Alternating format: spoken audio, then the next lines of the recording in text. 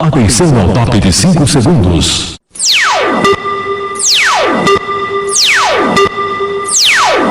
Está formada a partir de agora a rede da informação para todo o Brasil. No ar.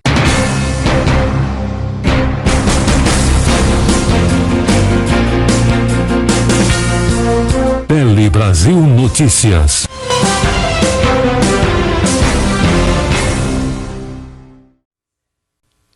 Olá, está começando o Tele Brasil Notícias, com informações gerais, nacionais, locais e muito mais para você em nosso telejornal. Eu quero agradecer a você de 214 países diferentes, a você de todo o Brasil pela sua audiência e você, nosso colaborador, o Palhão Artesanato lá no Brás. E vamos às nossas principais manchetes de hoje.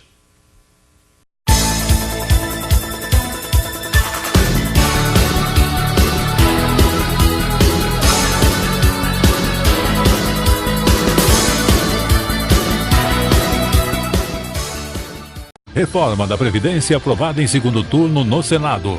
Outubro Rosa Pet alerta para a importância da castração das fêmeas. Conservação das estradas e uso de radar é o tema da Comissão de Transportes em Comunicações em São Paulo. Consumidor encontra uma carteira de cigarro numa garrafa e vai receber de indenização R$10 mil. Grupo de mães sugerem mudar o horário de funcionamento das escolas do ensino médio para resgatar os sonos de seus filhos. Governo vai pagar o seguro de peso para pescadores. Essas e outras informações em 1 minuto para você. Você que curte decoração, o Palhão Artesanato é o lugar certo. Aqui tem tudo em artesanato e vime nacional e importados. Telas, esteiras, cestas, bolsas, chapéus, móveis, cerâmica e muito mais. Palhão Artesanato, há 50 anos atendendo a todo o Brasil, agora também com loja virtual. Acesse opalhão.com.br. Rua Oiapoque 89 no Brás, em São Paulo. Fone 3229-1186. Tele Brasil Notícias.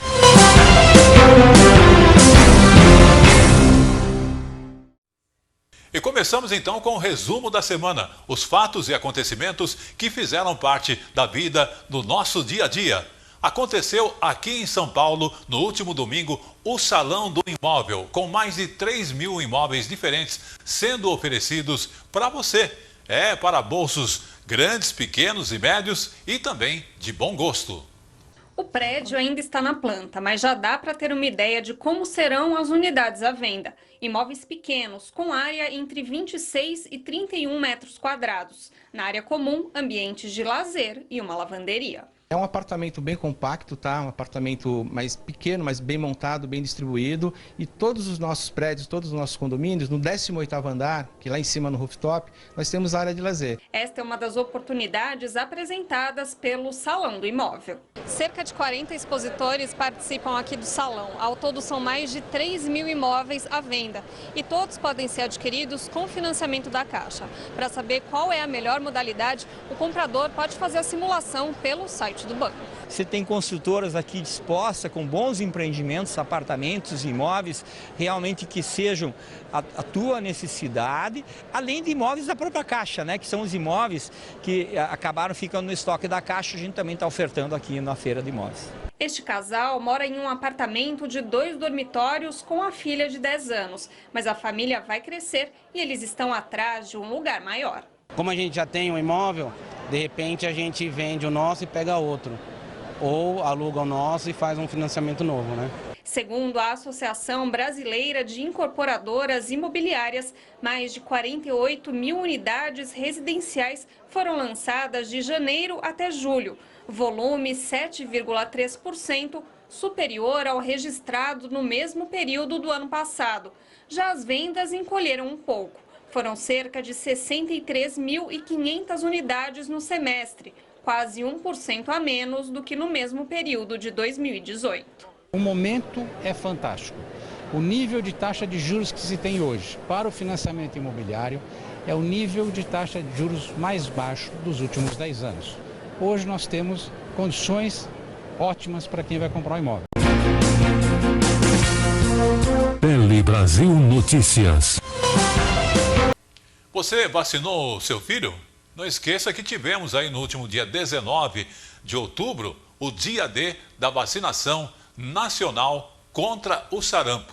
E é interessante que um balanço parcial desta campanha mostrou que 88% das crianças receberam. Estado que concentra a grande maioria dos casos de sarampo no país neste ano, São Paulo recebeu atenção especial no dia D da campanha de vacinação.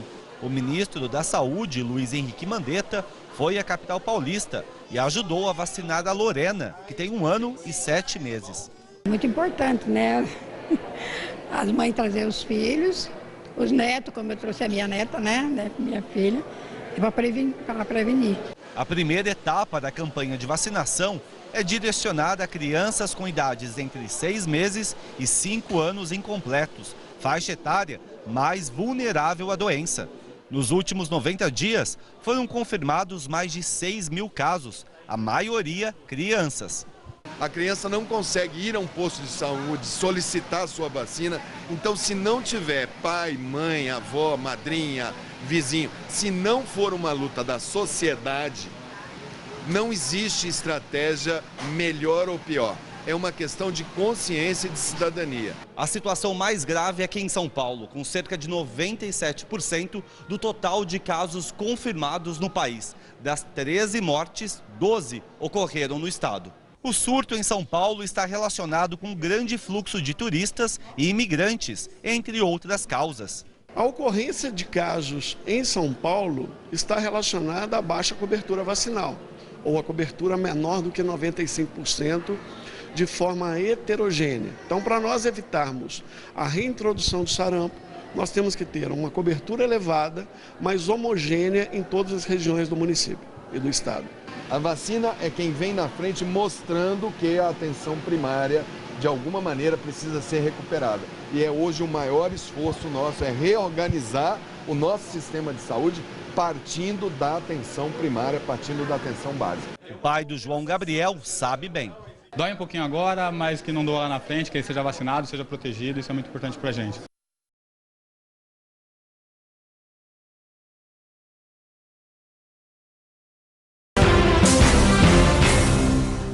Bom, vamos falar um pouquinho da agricultura, mas aquela agricultura familiar que hoje movimenta 25% do PIB da agricultura brasileira. E olha, as mulheres realmente têm um papel bastante importante nesse processo e, inclusive, foi lançado recentemente a mobilização pelos direitos das mulheres do campo. As inscrições podem ser feitas até 15 de janeiro de 2020, inclusive pelo seguinte endereço: rurais.saf@agricultura.gov.br.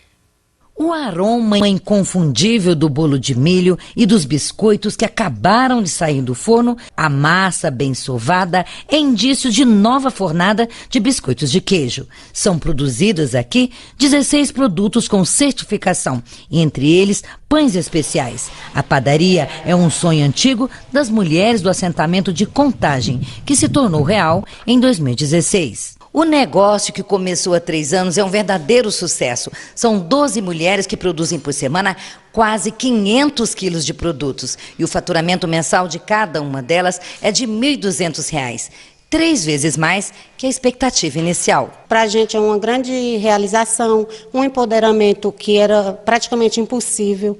Tinha mulheres que não sabiam fazer um bolo. Hoje a gente tem todas qualificadas.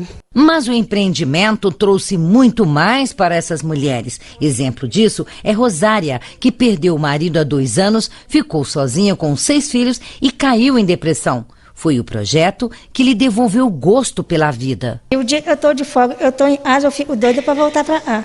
E para dar mais visibilidade à contribuição das trabalhadoras rurais, o Ministério da Agricultura promoveu 15 dias de mobilização pelos direitos das mulheres do campo. A ação culminou em 15 de outubro, data que é celebrado o Dia Internacional das Mulheres Rurais. Chamar a atenção para esse tema, através de uma campanha como a que nós fizemos agora, tem muito esse objetivo, né, de trazer aí todo o protagonismo da mulher dentro da agricultura familiar brasileira. A campanha prossegue com atividades até o final do ano. Uma delas é o concurso para selecionar empreendimentos inovadores de mulheres rurais. Para que eles sirvam de exemplo, né, em todo o Brasil de que é possível, de que existem inúmeras mulheres fazendo a diferença no setor primário do Brasil. Tele Brasil Notícias. Cuidado se você for fazer aí aplicações de silicone. Por que eu estou falando isso? O Superior Tribunal manteve a prisão preventiva recentemente de uma mulher que, mesmo sem ter a habilitação apropriada e profissional em medicina, ela teria realizado, inclusive, essas aplicações de silicone industrial em várias pessoas aí no Rio de Janeiro. Após um desses procedimentos, inclusive, a sua cliente veio a falecer. A busca por cirurgias plásticas no Brasil tem sido muito grande nos últimos anos. Só em 2018 foram feitas mais de 1.700.000, de acordo com a Sociedade Brasileira de Cirurgia Plástica. E o procedimento para implante de silicone é um dos mais procurados.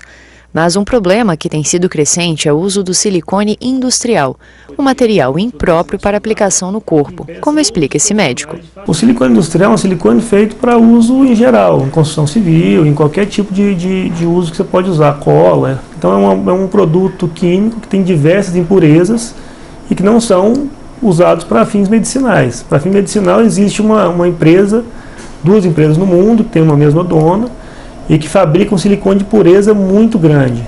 Esses são os silicones que a gente usa para fins medicinais. Com a aplicação do silicone industrial, várias complicações podem surgir, como dores, infecções e deformações. Por isso, as cirurgias só podem ser feitas por médicos e com material adequado. Mas no Rio de Janeiro, uma mulher foi denunciada pelo Ministério Público por exercício ilegal da medicina e homicídio. Dentro de uma residência, ela aplicou o silicone industrial em uma cliente que teve complicações e acabou morrendo. A mulher foi presa em julho do ano passado. A defesa entrou com recurso no STJ alegando que não foram indicados motivos concretos para a prisão e que a acusada não teria interesse em fugir ou se eximir do processo penal. Por isso, poderiam ser aplicadas medidas cautelares mais brandas. O relator do caso na sexta turma, ministro Sebastião Reis Júnior, destacou que indícios como a gravidade da conduta e a repetição do delito, porque a mulher já tinha agenda cheia, justificaram a prisão. O relator ainda ressaltou que a ré não buscou socorro médico nem mesmo quando o procedimento apresentou complicações e que, se colocada em liberdade, poderá causar danos à ordem pública. O habeas corpus foi negado por unanimidade. Tele Brasil Notícias.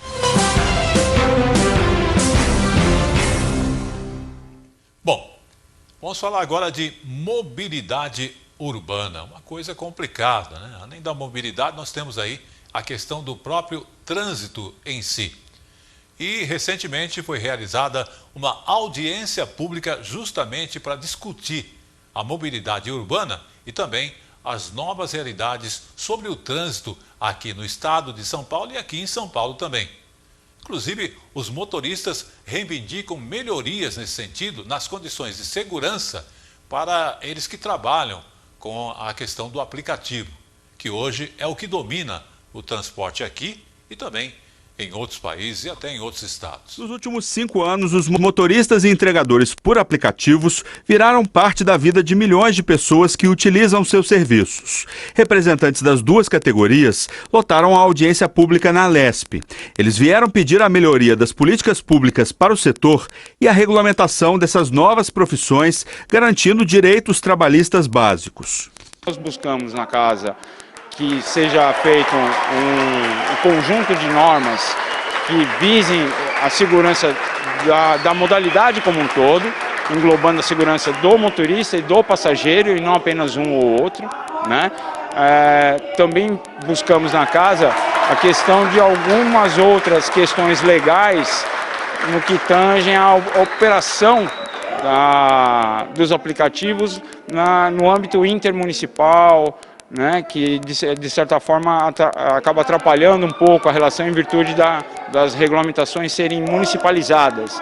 Eu peço para as autoridades repensarem, né, nas suas atitudes aí referente à segurança para todos nós, seja para a população também, não estou falando só para os motoristas de aplicativo, mas também que as pessoas sejam conscientes na hora do embarque, que sejam rápidos, porque muitas vezes a gente fica esperando em áreas complicadas, os motoristas, os clientes descerem e tudo mais, né? Isso torna cada vez mais a violência ficar mais perto da gente. De acordo com o sindicato da categoria, nos últimos 3 anos, só que na capital paulista e região metropolitana, 56 motoristas de aplicativos foram assassinados. Isso sem falar na quantidade de assaltos. Foram 1.350 só nos 9 primeiros meses de 2019, uma média de 5 assaltos por dia.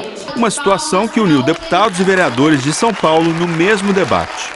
Fundamental a gente trabalhar com a Secretaria de Segurança, que infelizmente hoje está ausente, secretarias de seguranças públicas dos municípios, apresentando políticas públicas claras de proteção daquele que fica o dia inteiro colocando a vida em risco para transportar coisas e, em especial, transportar pessoas. É chegado o momento de ter uma política pública objetiva para isso, que é uma responsabilidade do Estado. E também os aplicativos têm uma responsabilidade gigantesca, porque dentro das plataformas a gente pode gerar segurança. Então, a gente precisa trabalhar com as informações objetivas de quem são estes demandantes do serviço, sejam passageiros, sejam aqueles que pedem comidas nas suas casas. Técnicos da Secretaria de Segurança Pública foram chamados para a audiência, mas não compareceram. E a gente vê uma revolta justa, legítima, porque de fato parece que as plataformas, com todo respeito aos seus representantes, mas vieram aqui com um discurso pronto e que não está convencendo os trabalhadores. Então, acho que a gente ainda tem um longo caminho pela frente, mas que cada vez mais fica evidente que não há escapatória. Vamos ter que enfrentar o problema de frente e escolher um... Tele Brasil Notícias. Você viaja muito? Quais são as condições das estradas que você tem encontrado por aí? Complicado, né? E o número de radares? Quantas multas você teve viajando? Quantos pneus você precisou trocar? É interessante que a conservação de estradas e também o uso de radares foi tema de uma comissão de transporte e comunicações aqui em São Paulo. A deputada Analice Fernandes, do PSDB, perguntou por qual razão os radares fixos dos trechos sul e leste do Rodoanel foram desligados, sendo substituídos por radares estáticos, que inclusive são posicionados em locais escondidos dos condutores. O senhor Alexandre Fraia de Moraes, do DR, disse que o contrato dos radares fixos se encerrou e, para prosseguir com a fiscalização, a empresa decidiu instalar radares estáticos. Ele disse também que os radares são colocados em pontos estratégicos, com o objetivo de educar os motoristas. Mas os parlamentares não ficaram satisfeitos com a resposta. Eu acho bastante absurda e inaceitável. Isso está mais para a indústria da multa, ou como disse um outro deputado, caça-níquel, do que para realmente educação de trânsito.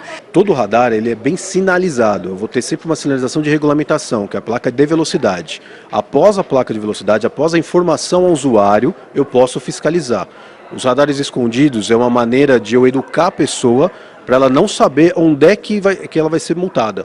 A parlamentar criticou também a conservação das rodovias, alegando a presença de buracos. E indagou o coronel Alberto Silveira Rodrigues, da Artesp, se a empresa tem cumprido o papel de fiscalizar e cobrar a manutenção adequada por parte da concessionária responsável pelo trecho. Mas a pergunta ficou sem resposta. Esse questionamento deveria ser conduzido então a uma outra diretoria. Nós temos uma diretoria de investimentos que tem uma equipe de conserva, que tem uma equipe de engenheiros que faz exatamente a fiscalização na recuperação de pavimento. Ou seja, não é da minha diretoria, então eu não pude dar a ela detalhes, até por desconhecer e também por uma questão de ética, haja vista que compete a um outro diretor manifestar-se sobre esta pauta. Durante a reunião, o presidente da comissão, o deputado Ricardo Madalena, do PL, defendeu o projeto de lei 679 de 2016, de sua autoria, que obriga a administração pública a divulgar a localização de todos os radares de fiscalização e os respectivos limites de velocidade. O deputado Vinícius Camarinha, do PSB, questionou os critérios que o Departamento de Estradas de Rodagem utiliza para definir a presença de radares nos pedágios e cancelas do sem parar, e fez críticas à indústria de multas. O radar, na essência do cumprimento da sua função, que é educar, que é inibir acidentes, proteger as famílias, ele é bem-vindo. O problema é que quando esse instrumento passa a ser um instrumento arrecadatório, um caça-níquel, para fazer com que o Estado aumente as suas receitas e alguém receba recursos que não é correto. E é isso que a gente vem observando que está acontecendo. É inacreditável a quantidade de radares que existem nas nossas rodovias. Tele Brasil Notícias. Você está no Tele Brasil Notícias. A notícia sempre na medida certa para você. Lembrando que o nosso telejornal ele é apresentado a você na sexta-feira às 13 horas e em segunda edição também acontece para você na terça-feira às 17 horas. Mas prestigie a programação da TV Cinec, porque durante a programação também será exibido o nosso jornal. Acompanhe mais de perto. Você também pode enviar-nos a sua sugestão aqui. Queremos ouvir você também participando do Tele Brasil Notícias. Vamos falar agora da participação internacional. Fatos internacionais que acontecem no mundo também estarão em destaque. Mas vamos falar da América Latina, aqui próximo ao Brasil. Manifestantes tomaram as ruas de Santiago, capital do Chile, em protestos que ganharam força, inclusive pelo terceiro dia seguido. E a crise tem reflexos bastante grandes no Brasil. Por quê? Voos chegaram a ser cancelados, voos também foram, além de cancelados, atrasados, saíram daqui do país com atraso. Inclusive, alguns atletas que iriam participar de um certo campeonato quase perderam a sua viagem. Os atletas, finalmente, depois de muito entraves, conseguiram embarcar e participar do campeonato lá no Chile. O Matheus e o Marcos precisam ir a Santiago, no Chile, para participar do Campeonato Mundial de Karatê. O voo deles estava previsto para hoje à tarde, mas eles foram para o aeroporto de manhã para saber se iam conseguir embarcar ou não. Eles não têm como confirmar que a gente vai ou que a gente não vai. Eles estão dependendo de Santiago também. A gente não sabe nem o campeonato como que vai ser. Tem países também que já meio que falaram que não vem para cá porque não tem condições. Então a gente está numa indefinição do que fazer mesmo. Desde ontem, no Aeroporto Internacional de São Paulo, o maior do país, pelo menos 6 voos que chegariam de Santiago ou partiriam para lá foram cancelados. Tá difícil. A gente está se arriscando por um sonho, né? Nosso mundial é o sonho de cada atleta do karatê. É o sonho, é o último estágio ali. A gente está em buscar um sonho nosso. Segundo a concessionária que administra o aeroporto de Guarulhos, cerca de 1.400 passageiros podem ter sido prejudicados. O Procon de São Paulo afirmou que as companhias aéreas e operadoras de turismo devem remarcar ou cancelar as viagens em caso de problemas com os voos. Os consumidores devem procurar se comunicar com as empresas por escrito para comprovar a tentativa de acordo.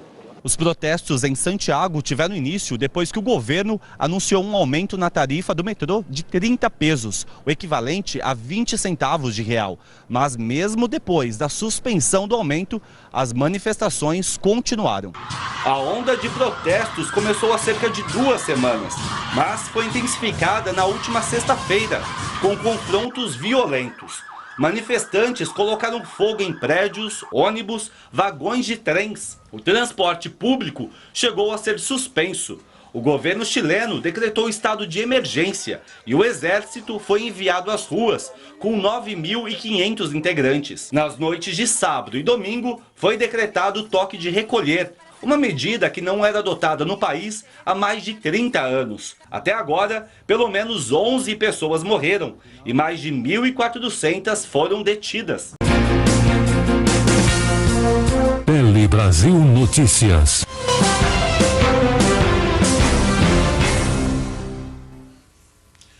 Você tem costume de ir ao mercado, não é isso? Costuma conferir quando você compra, por exemplo, refrigerante em garrafa, olha o líquido que tem dentro, nos alimentos mesmo. Estou falando isso porque um consumidor encontrou uma carteira de cigarros dentro de uma garrafa de um produto. E por causa disso, ele acionou, lógico, na justiça e ele vai receber aí um total de R$10 mil. Já imaginou você comprar uma cerveja e se deparar com uma carteira de cigarros dentro da garrafa? Pois é, esse caso aconteceu e veio parar no Superior Tribunal de Justiça. De acordo com o processo, o consumidor promoveu uma festa e quando ia tomar a cerveja, foi alertado por um convidado sobre o conteúdo estranho dentro da garrafa. Ele nem chegou a abrir. O homem entrou na justiça, mas a indenização foi negada pelo TJ do Rio Grande do Sul, sob o argumento de que, como não houve a ingestão da bebida, a saúde não foi colocada em risco. No STJ, há 2 correntes interpretativas sobre a necessidade ou não da ingestão do corpo estranho para caracterizar o dano moral. Uma entende que a compra de produto alimentício contendo corpo estranho na embalagem, mesmo sem haver ingestão do conteúdo, dá direito à indenização por dano moral. Para outra corrente, o dano moral só se configura quando há o consumo. A ministra Nancy Andrighi destacou que respeita a posição contrária, mas defendeu que não é preciso ingerir o corpo estranho para caracterizar o dano moral. Este advogado explica que a indenização vai além da reparação do prejuízo sofrido pelo consumidor. O preço da garrafa eu vou ter que ser ressarcido pelo preço de outra, o preço de uma comida encomendada pelo preço daquela refeição. Fora os morais. E os morais eles não têm natureza simplesmente de ressarcimento da dor moral, como eu disse, mas pela mera exposição a uma situação vexatória. Para a ministra Nancy Andrighi, o Código de Defesa do Consumidor prevê proteção contra produtos que coloquem em risco a segurança. Por isso, segundo a relatora, a simples comercialização de produto contendo corpo estranho possui as mesmas consequências negativas à saúde e à integridade física em comparação à sua ingestão. Aline passou por uma situação semelhante.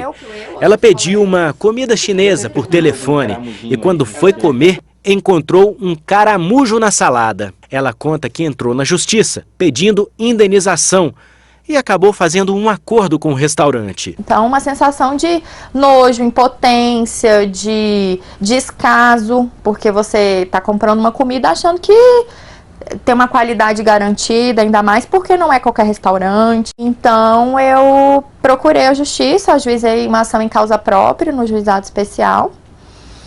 E depois da primeira audiência, o aplicativo ainda não tinha sido citado. Quando foi, na segunda audiência, a empresa me propôs acordo, o restaurante. E aí eu achei melhor aceitar logo para acabar com a demanda e seguir. No caso da cerveja com cigarros, julgado pelo STJ, os ministros da terceira turma acompanharam o voto da relatora de forma unânime e reformaram o acórdão do Tribunal de Justiça do Rio Grande do Sul para condenar o fabricante ao pagamento de R$10 mil por danos morais. Tele Brasil Notícias.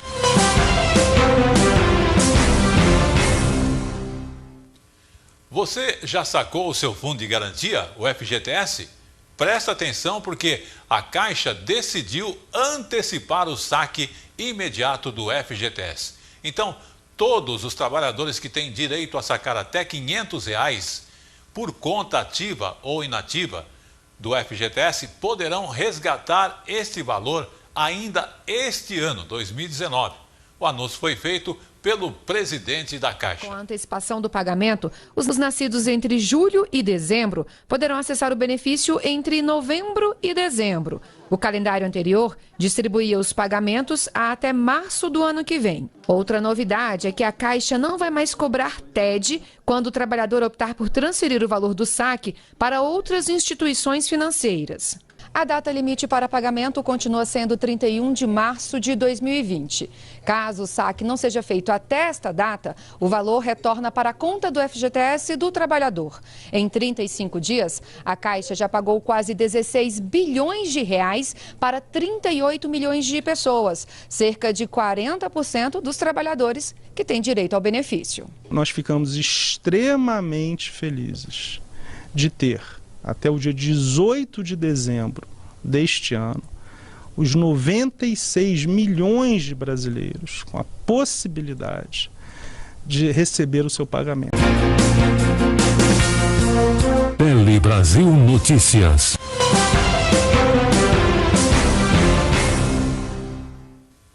E vamos aos nossos comerciais. E veja, depois dos comerciais, câncer.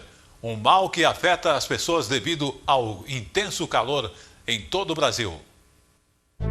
Você que curte decoração, o Palhão Artesanato é o lugar certo. Aqui tem tudo em artesanato e vime nacional e importados. Telas, esteiras, cestas, bolsas, chapéus, móveis, cerâmica e muito mais. Palhão Artesanato, há 50 anos atendendo a todo o Brasil, agora também com loja virtual. Acesse opalhão.com.br. Rua Oiapoque 89 no Brás, em São Paulo. Fone 3229-1186. Tele Brasil Notícias.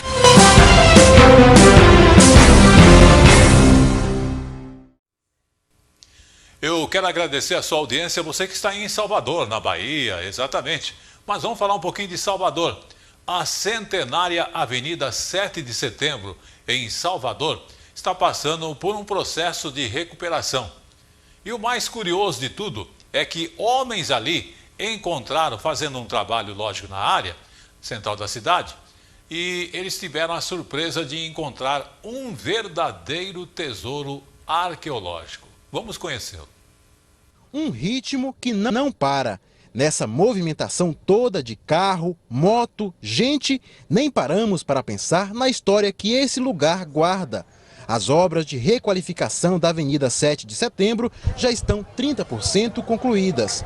E durante as escavações, um verdadeiro tesouro arqueológico foi encontrado. A Avenida 7 é uma avenida centenária que foi praticamente implantada no início do século passado para integrar a cidade antiga de Salvador com a cidade em expansão, que era a cidade do litoral oceânico de Salvador. Dentre os itens históricos recuperados estão objetos em barro, cachimbos, ossos, garrafas de vidro de produção artesanal e cerâmicas portuguesas do século XVI. Nesta sala estão as mais de 6 mil peças encontradas em um trecho entre a Praça Castro Alves e a Avenida 7 de Setembro. Os itens vão passar por estudos para saber a quais épocas eles pertencem. Mas daqui, uma peça chama nossa atenção.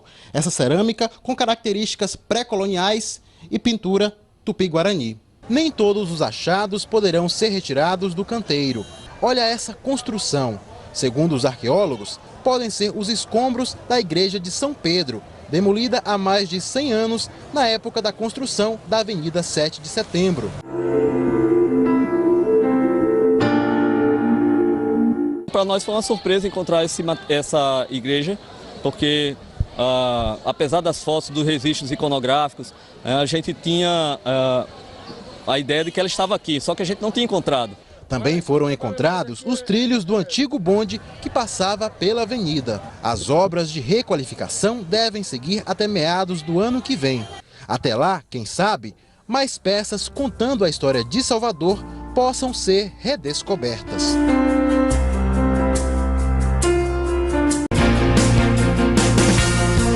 Tele Brasil Notícias.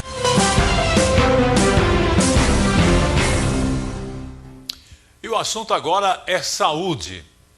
Um tipo mais comum de câncer no Brasil e no mundo é o câncer da pele. São cerca de 180 mil novos casos acontecendo em todo o mundo. O câncer de pele pode ser desenvolvido de maneira hereditária ou por exposição direta ao sol.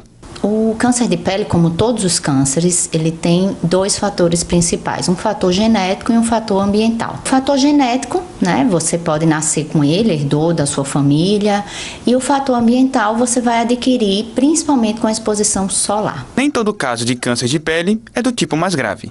A notícia boa é que é um câncer a maioria das vezes, mais fácil de tratar. Eu trato apenas com cirurgia. Raramente eu vou precisar de um tratamento adicional, uma radioterapia, uma quimioterapia. Segundo o Instituto Nacional do Câncer, 33% dos diagnósticos da doença no Brasil são de pele. O tipo mais comum é o não melanoma. Tem baixa letalidade, mas os seus números são altos. Então, para evitar o câncer de pele, a recomendação é a mesma de sempre: passar protetor solar. Como toda doença, tem como prevenir.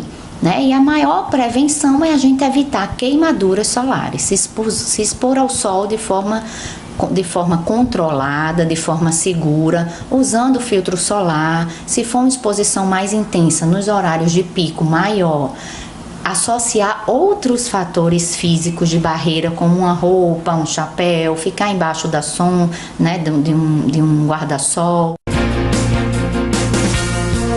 Tele Brasil Notícias. Bom, chegou aquele momento em nosso telejornal de apresentarmos coisas do dia a dia. E para você também que se dedica à arte do artesanato, que é uma coisa que descontrai, relaxa, né? Por exemplo, você dona de casa, sabe o que é fuxicos? Eu estou falando isso porque ele é o tema da exposição Torsos e Outros, da artista Zélia Mendonça, que está no Museu da Moda, lá em Belo Horizonte. Vamos à matéria. Florzinhas que nascem de retalhos. Do que seria descartado, surgiram os fuxicos, trabalho manual que enfeita roupas e vira arte na exposição Torsos e Outros, no Museu da Moda. O fuxico apareceu na minha vida enquanto eu era muito criança, porque minha avó, minha mãe, minhas tias, minhas irmãs mais velhas já faziam em casa o artesanato e sempre o fuxico estava presente. Além de enfeitar as roupas, esse artesanato pode ajudar a complementar a renda e transformar realidades.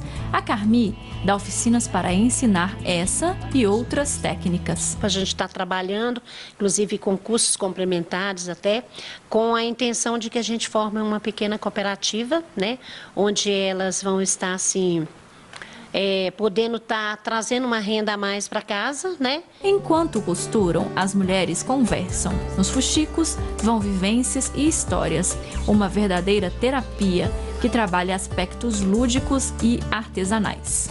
E é um momento que a gente até poderia estar chamando mesmo como trabalho de fuxico, mas um fuxico gostoso, onde uma vai ajudando a outra e esse grupo a cada dia mais está crescendo.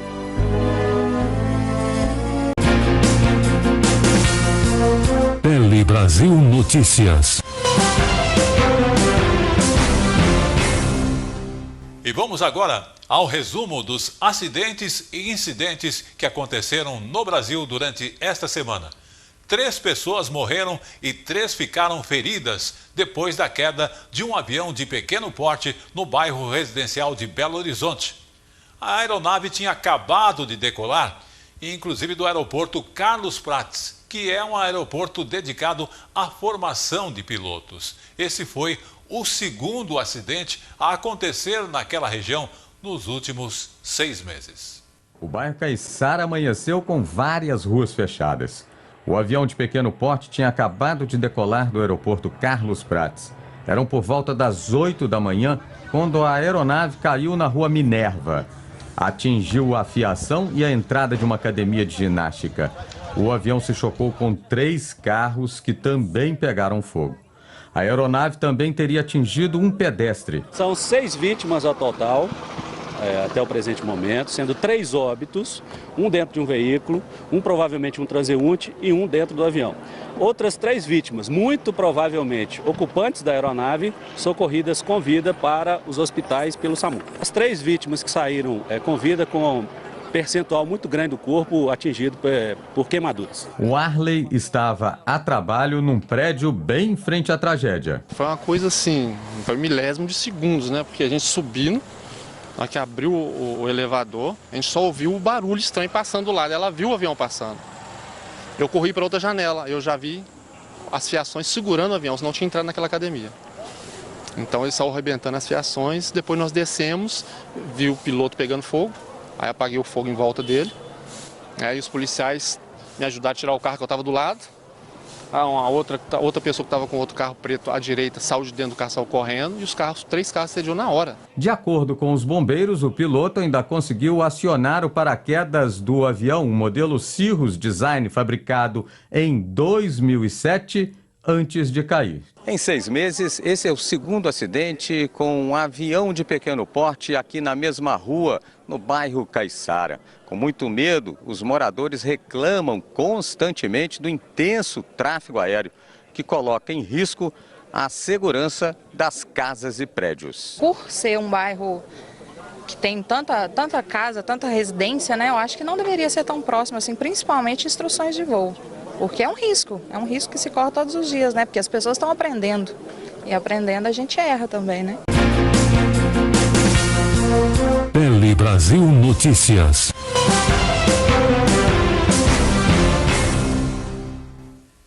E vamos agora falar do presidente da República, Jair Bolsonaro.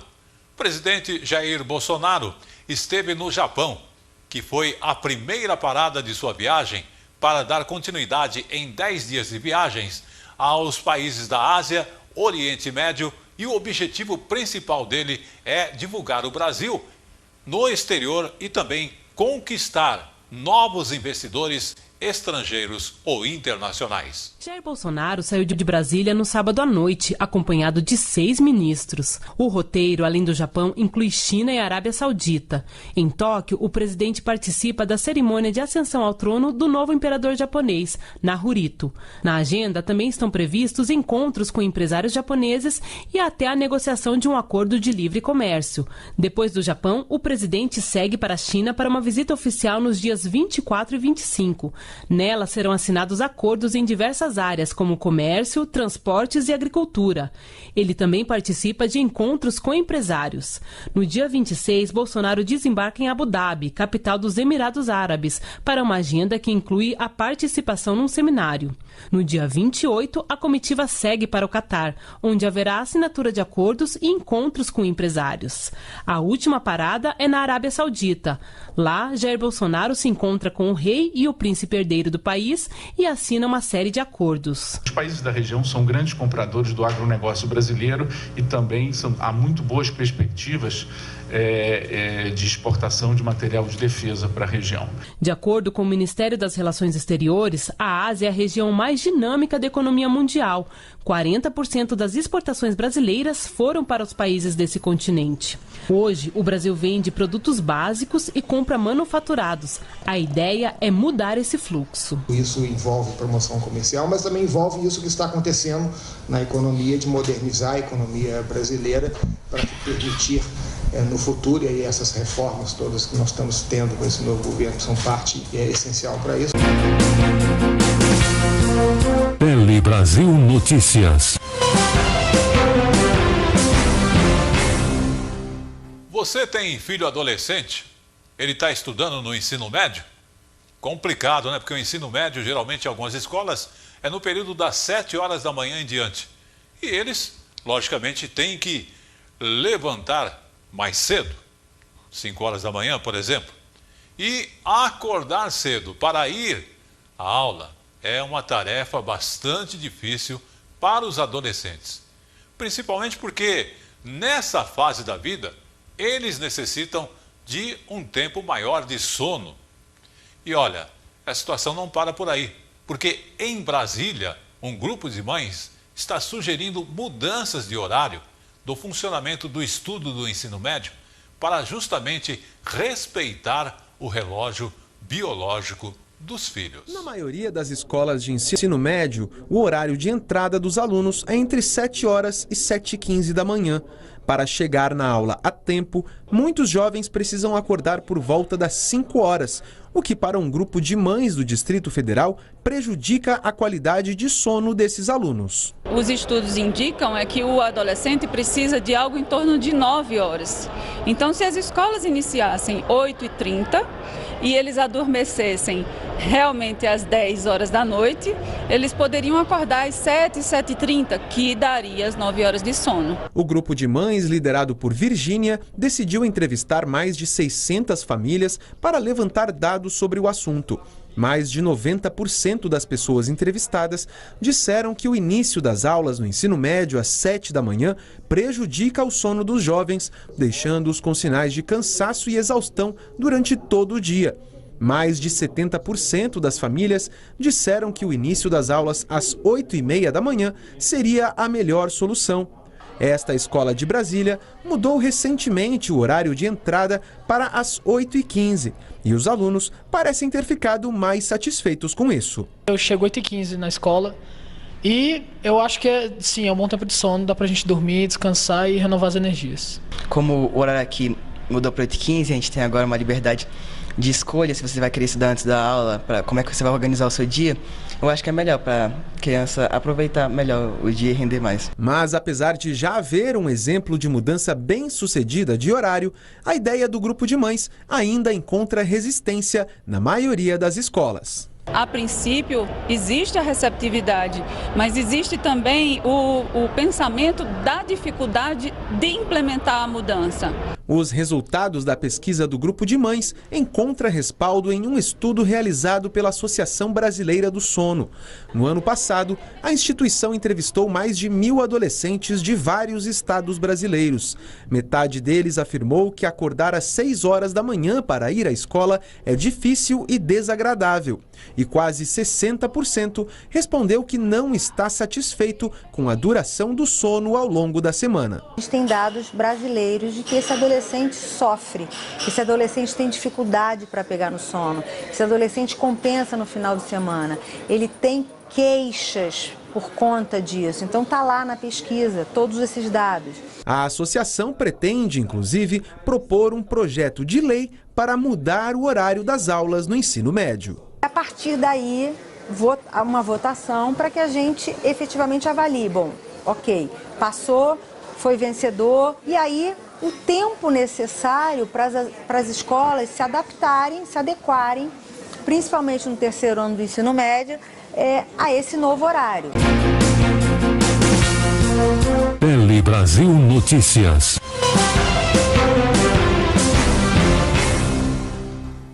Uma coisa bastante interessante é que quando há campanhas do câncer de mama, geralmente ele é direcionado às mulheres. Mas saiba que os homens também têm a tendência de terem câncer de mama.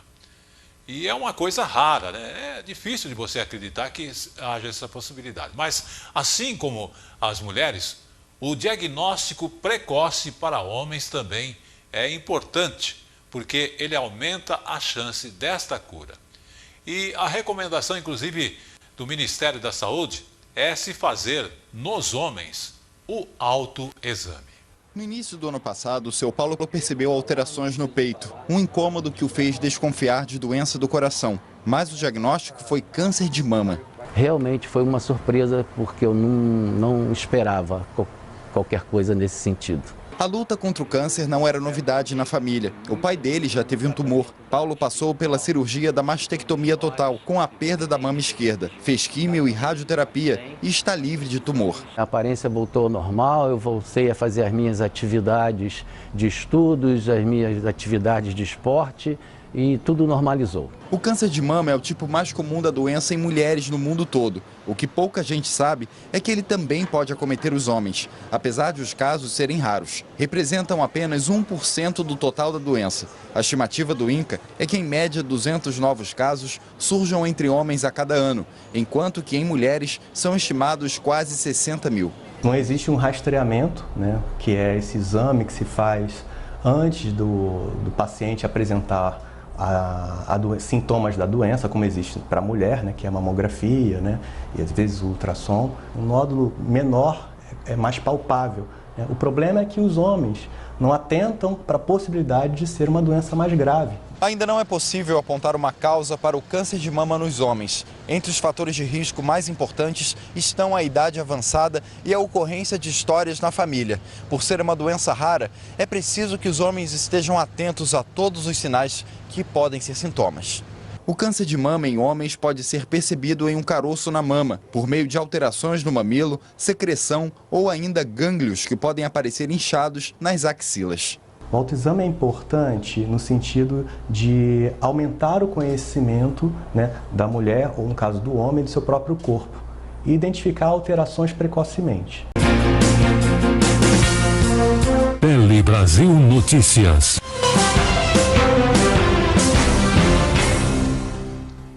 No resumo da semana está acontecendo a 16ª Semana Nacional de Tecnologia em Brasília, com atividades científicas, educacionais, palestras, exposições, jogos, exibições de filmes interativos e muito mais fatos acontecendo.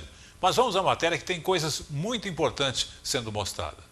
No simulador antigravidade, dá para sentir um pouco do que os pilotos sofrem com a sensação de perda de orientação espacial. E com os óculos de realidade virtual, dá para viajar bem longe sem sair da cadeira. Mostrar como a ciência faz parte do dia a dia do brasileiro é o objetivo da 16ª edição da Semana Nacional de Ciência e Tecnologia. Luca participa do evento pela primeira vez este ano. Ele quer ser designer de games no futuro e conta que gostou do que viu. Qualquer coisa que a gente tem que usar hoje em dia, até para pagar uma conta no banco, a gente está tendo que usar a tecnologia hoje em dia. O tema escolhido para esta edição é bioeconomia, diversidade e riqueza para o desenvolvimento sustentável. Só que em Brasília são mais de 180 expositores e 20 mil metros quadrados de área. Ao todo, os eventos preparados para a semana serão realizados em 278 municípios, em 23 estados e no Distrito Federal. Uma amostra como essa, as pessoas conseguem ter ciência das possibilidades. Empresas que podem vir também já começam a pensar sobre como aproveitar essa nossa diversidade toda, a biodiversidade. E o Brasil vai crescer muito a partir daí. O Guarani é o mais novo blindado do Exército Brasileiro. Um gigante em tamanho e tecnologia. E tecnologia 100% nacional. Veículos assim são usados em situações extremas para proteção da tropa. Por isso, não é todo dia que a gente vê um andando por aí. Agora, imagine só poder entrar e conhecer por dentro. Deu pra ver como é que é dentro de um tanque, né? Ver esse negócio de comunicação, ver como é que é em cima pra ele subir também. O Exército trouxe o Guarani e vários outros equipamentos que são utilizados para a defesa. Tem esse lançador de foguetes, por exemplo, que até hoje só foi usado em treinamentos. E esse radar que detecta aeronaves suspeitas em áreas de grandes multidões, usado nas Olimpíadas do Rio em 2016. As crianças são as que são mais atraídas e os jovens para tentar conhecer qual a possibilidade de profissionalismo dentro do Exército nessa área de ciência, tecnologia e engenharia. O avião estacionado no pátio denuncia que a aeronáutica também está por aqui. E claro, tem que tirar uma foto dentro dele. Na Marinha é possível conduzir um navio, pelo simulador, claro, mas a experiência parece bem real. Ou saltar de paraquedas. Os óculos de realidade virtual levam o candidato a um voo sobre o Rio de Janeiro. E eu experimentei. A sensação é incrível, mas eu caí no mar. Eu não levo jeito para paraquedismo. Sou melhor como jornalista. É uma maneira de treinar o aluno, né, a manobrar, né, com o paraquedas, e aí a gente diminui o número de saltos reais. Na Agência Espacial Brasileira, o teto lembra o espaço, para que o visitante já se sinta ambientado. Os foguetes em exposição são a atração que mais prende os olhares. E é possível se vestir de astronauta e ir à Lua, pelo menos nas fotos. Um dia eu quero ficar cara a cara com a Lua. Tele Brasil Notícias. E veja a seguir: governo libera seguro-defeso a pescadores. Reforma da Previdência aprovada na última terça-feira, dia 22. Você que curte decoração, o Palhão Artesanato é o lugar certo. Aqui tem tudo em artesanato e vime nacional e importados. Telas, esteiras, cestas, bolsas, chapéus, móveis, cerâmica e muito mais. Palhão Artesanato, há 50 anos atendendo a todo o Brasil, agora também com loja virtual. Acesse opalhão.com.br. Rua Oiapoque 89 no Brás, em São Paulo. Fone 3229-1186. Você é pescador? Olha, o governo federal vai pagar uma parcela do seguro-defeso a 60 mil pescadores artesanais que estão sendo afetados pelo derramamento de óleo no litoral do Nordeste. São 60 mil pescadores, tá? Afetados nessas áreas, nas áreas marinhas. 60 mil vezes R$ 998, que é o hoje previsto em lei. Então estamos falando em 59 milhões de reais que serão pagos para esses pescadores. Tele Brasil Notícias.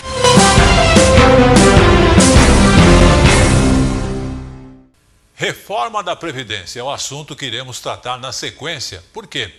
No último dia 22 de outubro foi aprovada o texto base da reforma da Previdência.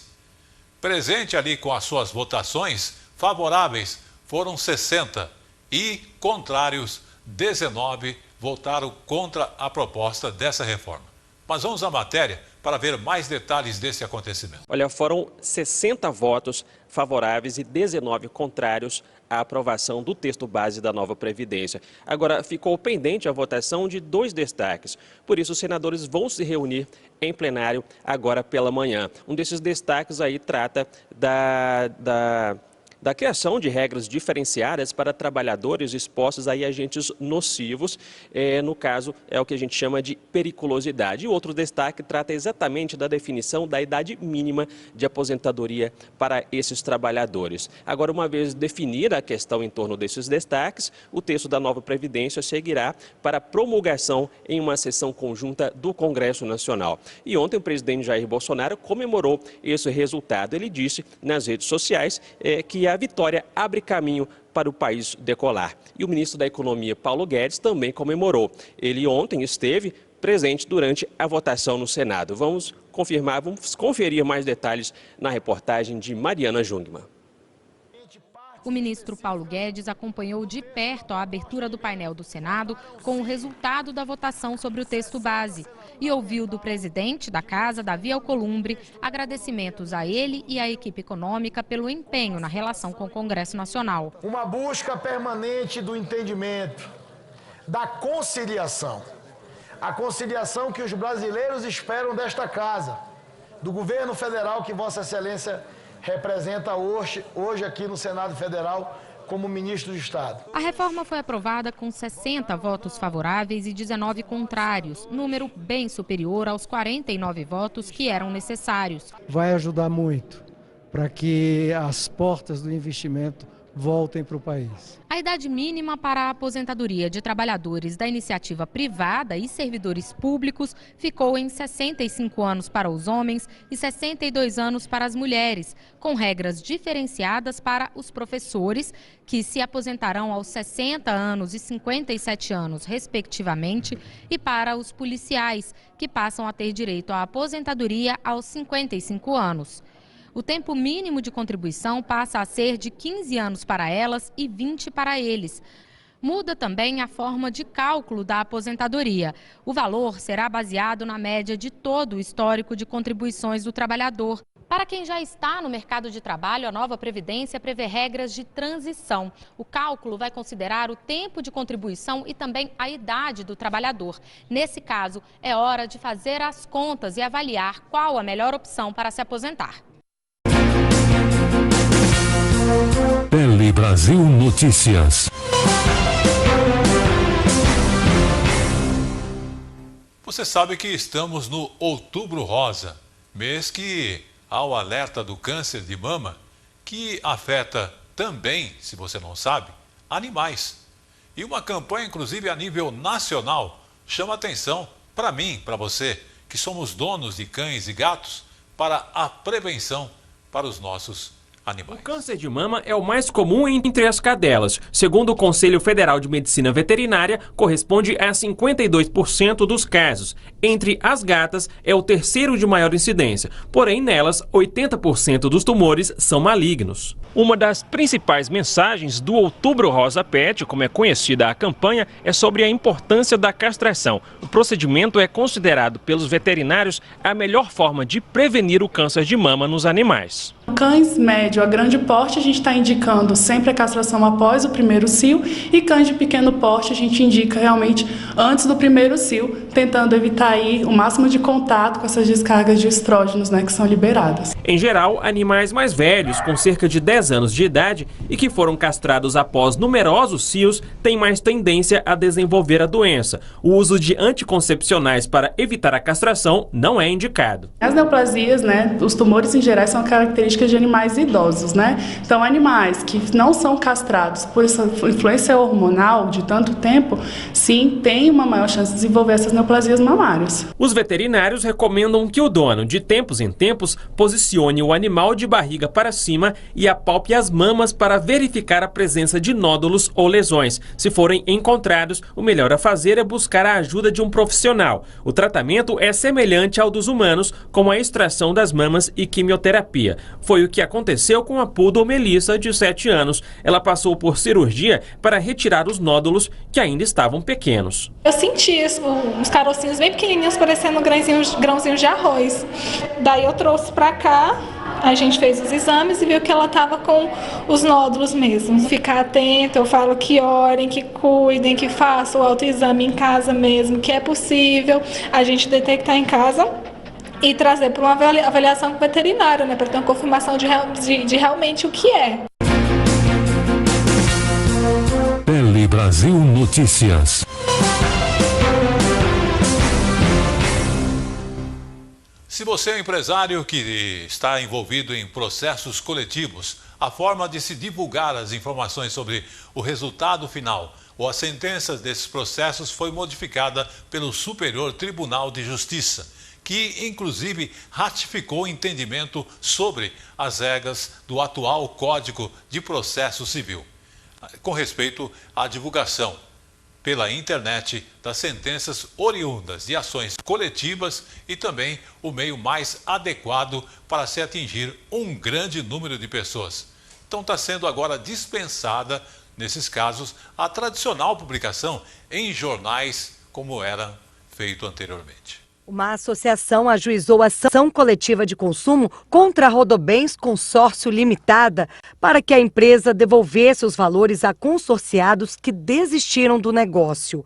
A empresa foi condenada e o juiz de primeiro grau determinou que a sentença fosse publicada em jornais impressos de todas as capitais do país e também na internet. O Tribunal de Justiça do Rio Grande do Sul manteve a condenação por entender que a medida era necessária, já que entre os beneficiados pela ação coletiva havia pessoas idosas e a publicação unicamente pela internet não teria o efeito de garantir o acesso à jurisdição.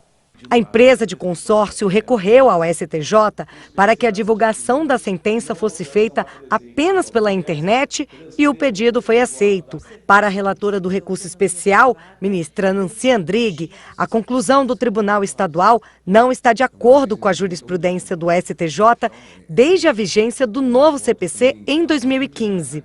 Segundo a magistrada, a publicidade por meio dos tradicionais jornais impressos de ampla circulação, além de não alcançar a pretensão devida, acaba por impor ao condenado desnecessários e altos ônus econômicos. Tele Brasil Notícias.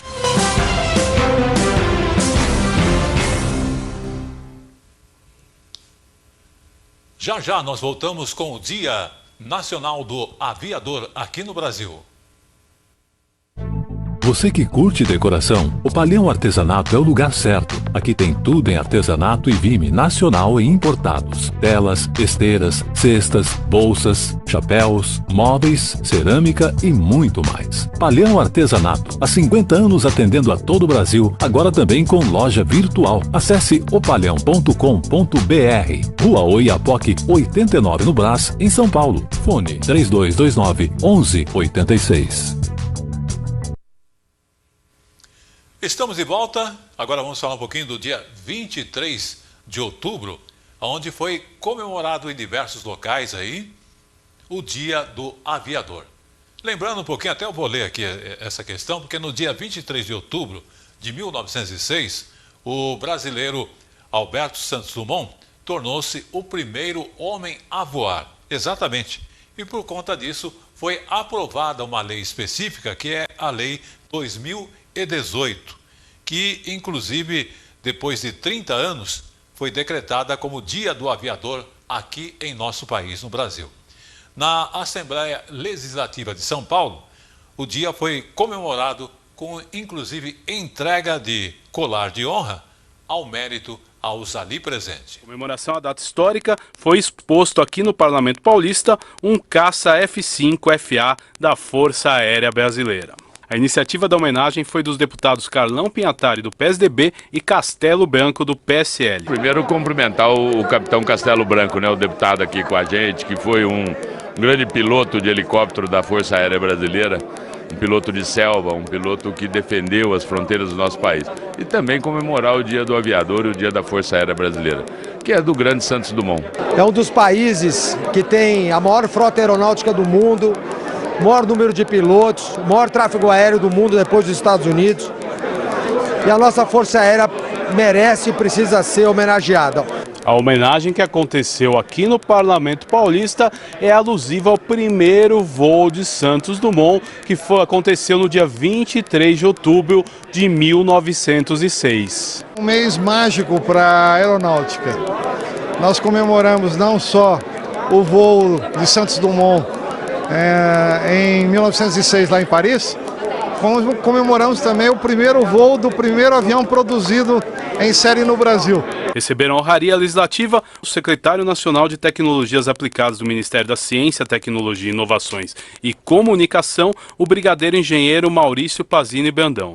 Outro homenageado, o brigadeiro do ar Paulo João Cury. País como o Brasil, um país continental, ele depende basicamente da aviação para fazer a sua integração.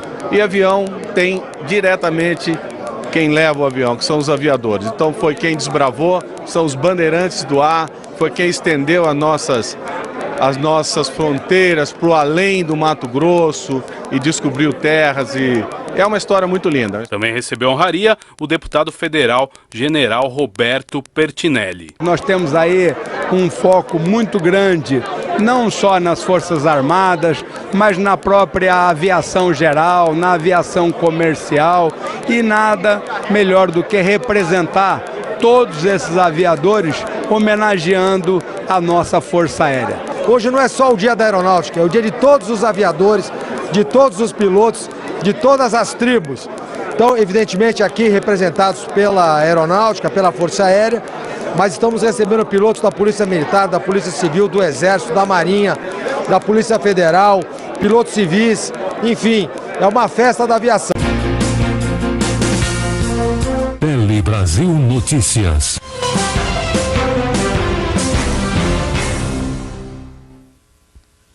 Muito bem, o Tele Brasil Notícias de hoje vai ficando por aqui, mas lembrando que nós apresentamos a nossa programação além de na sexta-feira às 13 horas, também na terça-feira às 17 horas e na programação da TV Cinec. Mas eu quero lembrar que a TV Cinec está no ar 24 horas para você, sempre com um novo programa. Por isso, até lá e continue na nossa programação.